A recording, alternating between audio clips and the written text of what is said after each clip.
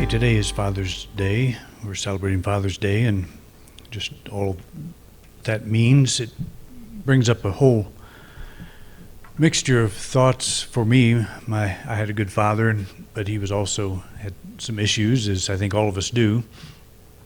And I don't know that there is a perfect father. The song that our group sang today kind of paints that picture of the ideal. And some had that, and again, I had a good father, but he had a few things that he was working on through this lifetime, and I think I was a pretty good father, but I also have some things that I've been working on. So I don't really know. That's if I was a good father or not, frankly. You have to ask the kids, and of course they all have different opinions at different times. There's a story of a pair of twins. One was very successful, one was not so successful, and somebody asked both of them what the cause of their success and failure was, and both said their parents. So it kind of depends on what relationship we have. It's a big responsibility to have a kid.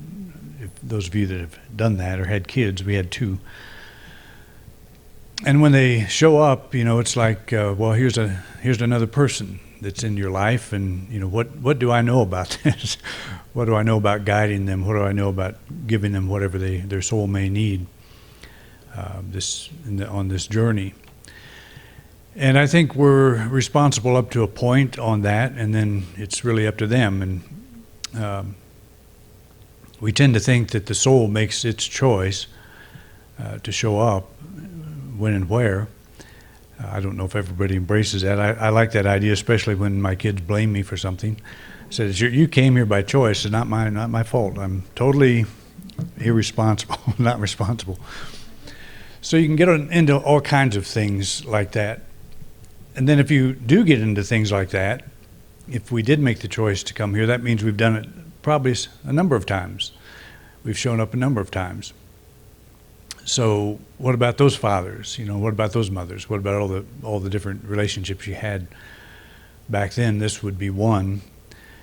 And so I think the bottom line to the whole thing is, if you are having parental issues, you need to get over it, because this is it's your life. It's our life. The parents are the door through which we enter, and we're having our own experience. And I do know people that get hung up on childhood issues, and it's totally understandable, but we have to ask ourselves, do we want to be right or do we want to be free? Which one do we want? So we look at that from a spiritual perspective, and we'll see it in a different way, quite a different way. And that's what I think of my parents. I love both of them. My father has passed away a number of years ago. My mother is still with us, very much so, in Missouri. We're going to be going to see her here pretty soon. But we all have had different backgrounds and different upbringings, and some of us come out of that with low self-esteem. Some of us come out of it with very high self-esteem, and but it's really up to us how we handle the whole thing. And as I was writing the message for today that you see on the back of your program, I kind of struggle with that, because it's trying to talk about a holiday, even though it's one I'm familiar with, is year after year. Come up with something new is a little bit difficult. But I happened to open the book The Prophet by Gibran, and this line jumped out at me. He says, "Your hearts know in silence the secrets of the days and nights, but your ears thirst for the sound of your heart's knowledge." And what I thought of there, the ears are part of our sensory perception, and we pick up information coming to us from the outside, and we associate that with the intellectual side of us.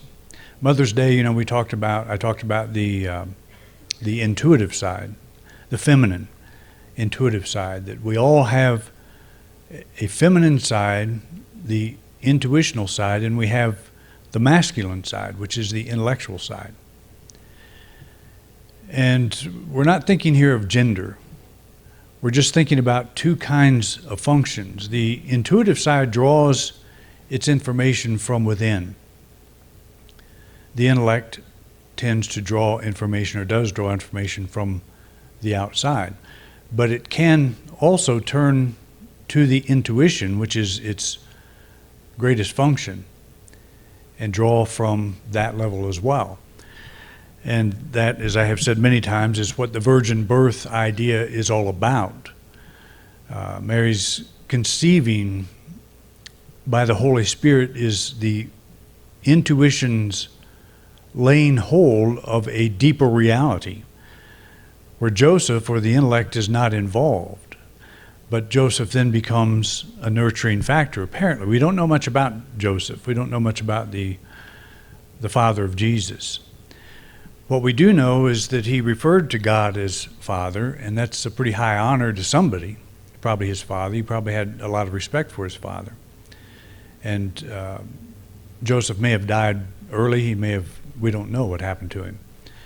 We know he was around up, at least according to the story, we know he was there till when Jesus was 12, and after that we don't know what happened to him. Mary was, his mother was the one that was there right up to the end. But this idea of your hearts know in silence the secrets of the days and nights. Your hearts know. That's the intuition. Knows the secrets of life, knows the secrets of reality.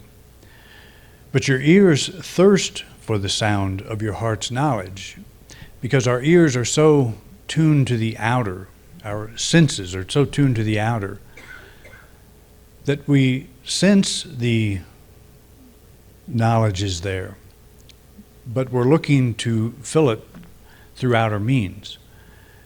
And so the ears thirsting for the sound of our heart's knowledge, we all desire that. We're aware on an intuitive level that there's something more to us than we think, than exists in our history. There's a lot more to us. And we get into this in a contemplative type of way, and we realize that we are not the body.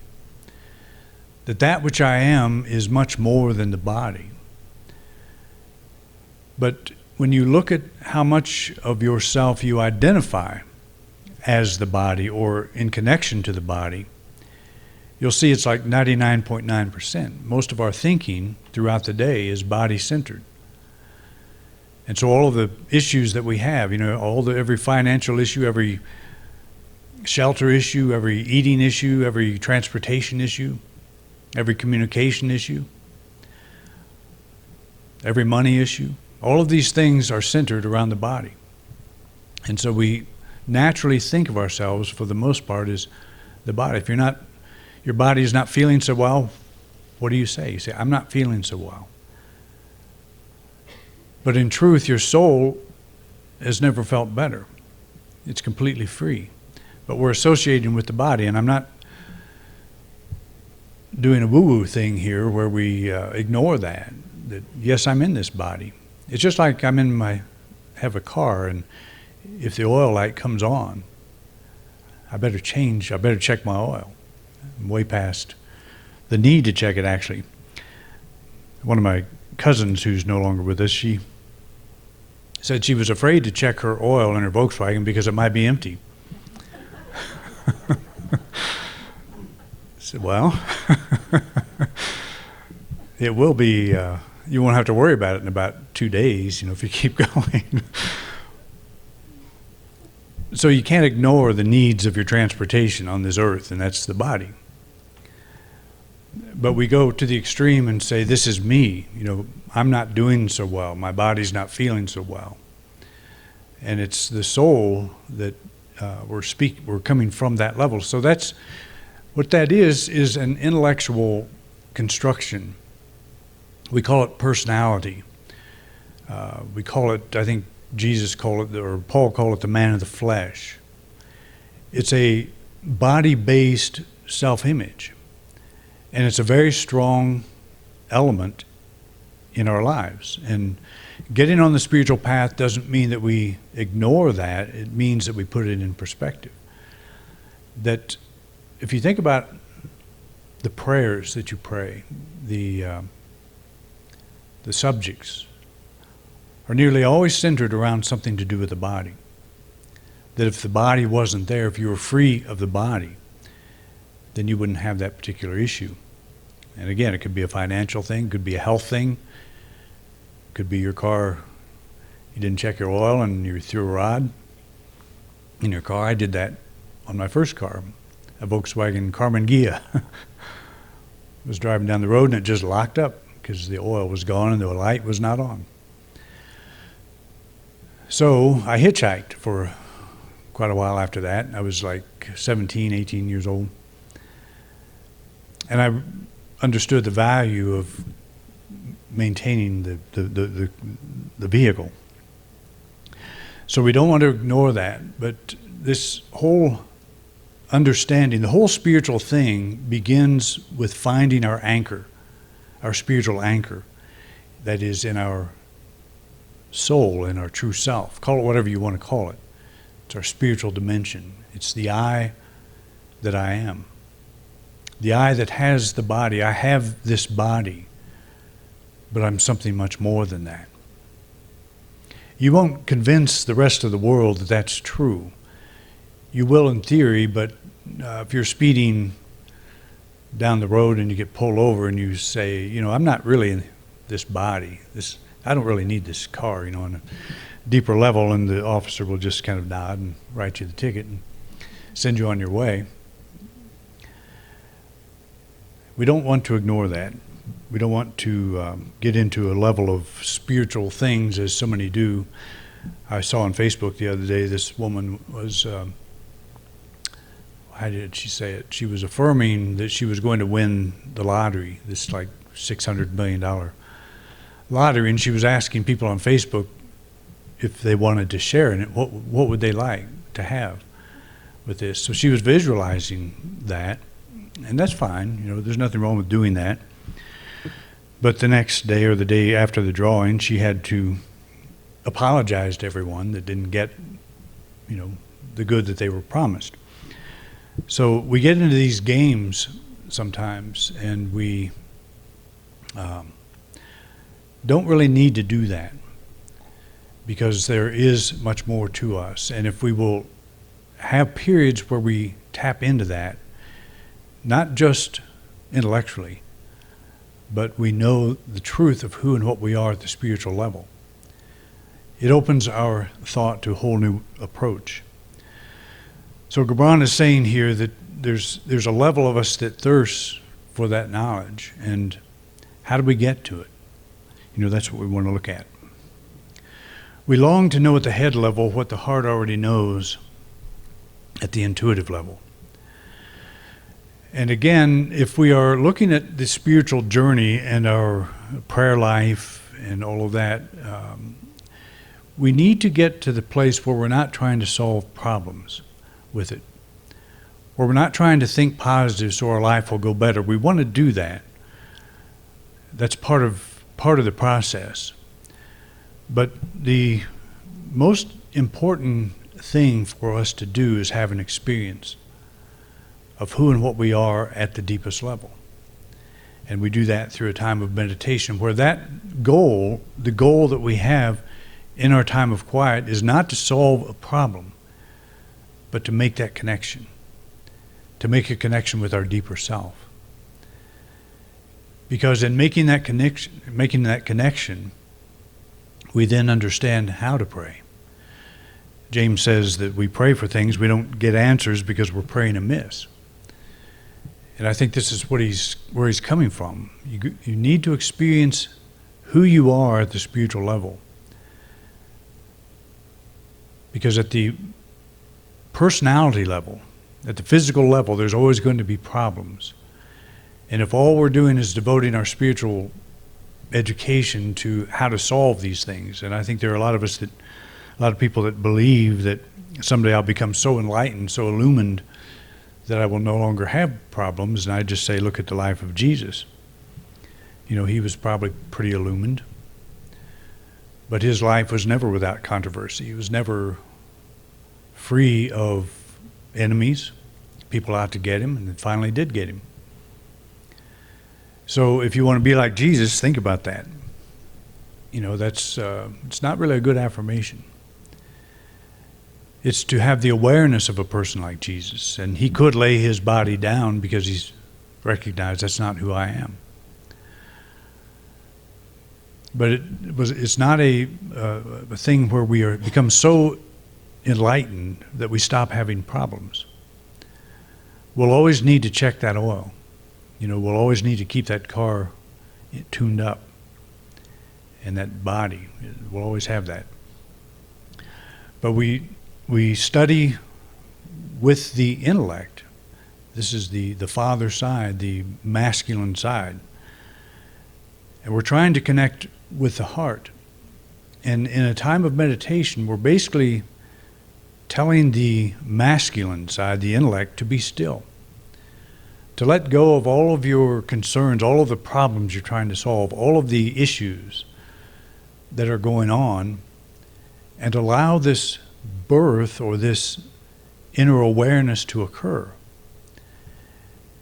And it does, with practice, it does occur. You begin to experience yourself at a deeper level, and it's a very subtle thing. I've never experienced a bolt of lightning or thunder or anything loud. It's a quiet rising of a spiritual energy. And it leaves no doubt in your mind that this is what I am at the deepest level. I'm indestructible. I'm changeless. The intuitive side is receptive to our spiritual source. The intellect is that idea-producing interface that enables us to think in logical sequence. So these two things are made to work together. It's like if you got rid of the problem-solving intellectual side, you'd have to reinvent the wheel every time you wanted to use one. The intellect is extremely important. It is our interface with the three-dimensional world. We put two and two together. We put things together. We make plans. We build things. We tear things down. Beth and I are involved in remodeling of our house. So we're tearing things apart and putting them back together in a new way that we have visualized. And it's an interesting process that we do throughout life. But it has nothing to do with the soul. This is a building to house the body. That's what it's for. And it's a sanctuary. It's a place to engage in self-discovery, and it's a place where we can experience the peace of mind or the environment, I should say, that allows us to go deeper. You can do this any place, of course, but the home is an important sanctuary. But it is only there because I have a body. It's there to house the body. But the intuitive side is receptive to our spiritual source. And when I talk about intuition, we think of intuition as I'm going down this path and I sense that I should turn left instead of right, and everything in me is saying to follow that. That's an important aspect of the intuition, but the highest form of the intuitive nature is directly exposed to the infinite. And so that's what we want to tap into. As we do that, as we experience the spiritual dimension, it begins to teach the intellect, I'm not just a body, I'm something more. And the intellect responds, it learns. It's Joseph taking care of this child. It's being the good father. It's the intellect coming into alignment with what I am as a spiritual being. And why is this important? It sounds very impractical, but it is not. If you're involved in a problem right now and you're worried to death about it, there's a place in you that you can touch and rise above that. That's your center of power, it's your soul, it's your spiritual essence. And it's never gone, it's always there, never leaves. But what do? We tend to run out and we try to resolve all the issues outside of ourselves. But the spiritual approach is to seek first the kingdom. And that kingdom is that inner self. It's that inner reality. And then what happens? All else is added. All that you're trying to resolve is added. And maybe it doesn't unfold in the way that your intellect would normally think of. But you're letting the intellect be taught by God. Jesus, quoting Psalms, said, "And they shall all be taught by God." And that's not someday in the future. That is in this problem you're having. You want to keep trying to figure it out yourself, or do you want to be taught by God? And that doesn't mean, to be taught by God doesn't mean that you solve that thing right there. It means that you find the peace that tells you it's all in divine order. It's all working out perfectly. I can let go and let God. I can trust. And I guarantee if you come at a problem from that point of strength, you will handle it in a much different way than if you come to that same problem afraid, uncertain about how to handle it, what to do. It makes all the difference in how you approach your life to be grounded in the spiritual dimension, in that spiritual reality. And it's not that difficult to get to this place. You know, I said in my little poster in the beginning, you know, if you've lost your faith, you'll find it at the end of your rope. It's like you get to the end of it, and that's when your faith kicks in. You get to the end of, how am I supposed to handle this? What am I supposed to do? You get to the end of that, and that's when your faith kicks in. And faith is that ability in you to lay hold of the unseen. It's a substance of things unseen. The evidence of things not seen, or something like that. I said that so many times. But it's that faculty in us that sees the unseen, that knows the unknown, that the intellect doesn't always get. So if you're involved in something now that you don't know how to handle, take time to just let the intellect go, let Father go. Not that he's going to go far, but he's trying to use logic to figure all this out. It's the mother, it's the intuitive side that already knows. It's what Gibran's talking about. Knows the secrets of the days and the nights. It already knows. And what we want is the father to know what the mother already knows. We want this marriage to take place, this union, where the head and the heart agree. That's the problem that we have, is when you're having a problem, your head and your heart are out of agreement. There may be some level of you that says, I know that greater good is unfolding, but I'm scared to death. I don't know what to do here. And that's okay to be there, but recognize what's happening. It's just the head. The head's trying to figure it out. The father's trying to figure it out.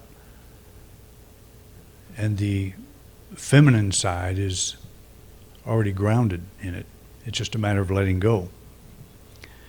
And you know that, it, as I say often, you know when your prayer is answered by how you feel. You will experience peace, a knowing that everything's okay. The intellect disconnected from its intuitive counterpart prompts much of the gender-driven activism we see today. That's my opinion, and it's right.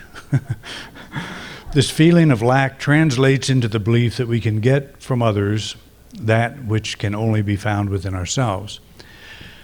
there is so much confusion about gender, about who's being suppressed and who's being oppressed and who's being whatever. And it's just ridiculous, in my opinion, because the gender battle is an internal one. You can't join a women's group, a feminist group, and gain power by doing that. You can't go to a men's club and get power from that. You can get a false sense of power. But if you need those kinds of external prompts, you have not discovered yourself. You have not discovered that balance in yourself. And some of the things that we get involved in today are so ridiculous, it's hard to believe that we spend time thinking about them even. That this whole issue of man and woman, of male and female, who's better, who's getting the short end and all of that stuff. I mean, you can do that if you want. But it's a question of balancing in yourself, the masculine and feminine. It has nothing to do with gender. We're all male and we're all female. We have both those elements in us.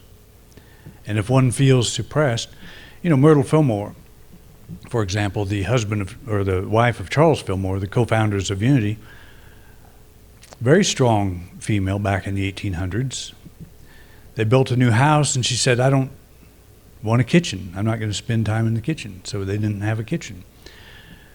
Emma Curtis Hopkins, who was one of their spiritual teachers, was an extremely strong woman. Emily Cady, practicing physician in New York City back in the 1800s. All doing things they shouldn't have been doing back then. But they had the masculine and feminine elements in themselves balanced. The most powerful people in my spiritual awakening were all women. They had a way of saying things intellectually that I got. So they had a good balance in themselves. But they weren't pro-woman. They were pro-everybody. And I think that's something that I understand why we're off on these tangents now. Because we are all head-oriented. Our society is head-oriented. It's intellectually oriented. So the intellect is always out there trying to balance things. If there's discrimination, we're going to pass a law, to fix that. But in every case of discrimination, whether it's a race, gender, whatever we're talking about, there are always people within that group that succeed, that decide that that's not going to influence my life. Whatever the problem is, I'm going to rise above it. And they're drawing from themselves however they perceive that, whether they understand it as a spiritual thing or not. They're tapping into their own balanced self. And that's what we want. That's what we want to do. You can't legislate balance in a person's life. They must discover that themselves. And I'm not saying that that kind of stuff doesn't happen. It does. We know it does. But how many laws have we passed to fix it? And we're saying, everybody's a racist today. They're using that word so frequently, it's just sickening.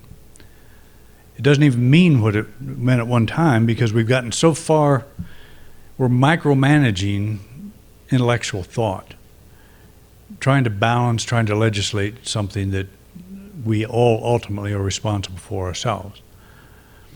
And it's just something that the world does not get and will not get, but we can get it.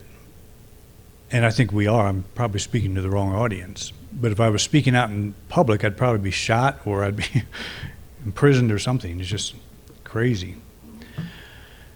We benefit greatly by making regular visits to our spiritual center of wisdom and power. And this sounds so simple, compared to everything we're trying to do to fix all the problems in the world. This sounds way too simple. That you can go off by yourself, close the door to the outer world, and pray to the Father who's in secret. That just sounds too simple. But it is the thing that will ground you beyond all things. It puts the Father aside for a time, but it doesn't get rid of him, because we want the Father to learn. We want the intellect to learn what we are at the deepest level. And once it learns, we begin to approach the world in a very different way. So we benefit greatly by making regular visits to our spiritual center of wisdom and power. This practice expands our understanding of options available, not merely to a being limited by facts of our history and circumstance, but to one whose very essence is grounded in God. And that's an important distinction. We often define ourselves by our history, and that's not what we are. Because in truth, what is our history? What if we have lived multiple lives? That's our history too. So do we pick up all the elements of every past life that we've ever lived and try to put it all together and figure out who we are? Or do we say, well, what has traveled like the thread through the beads, all these different beads of life, these lifetimes?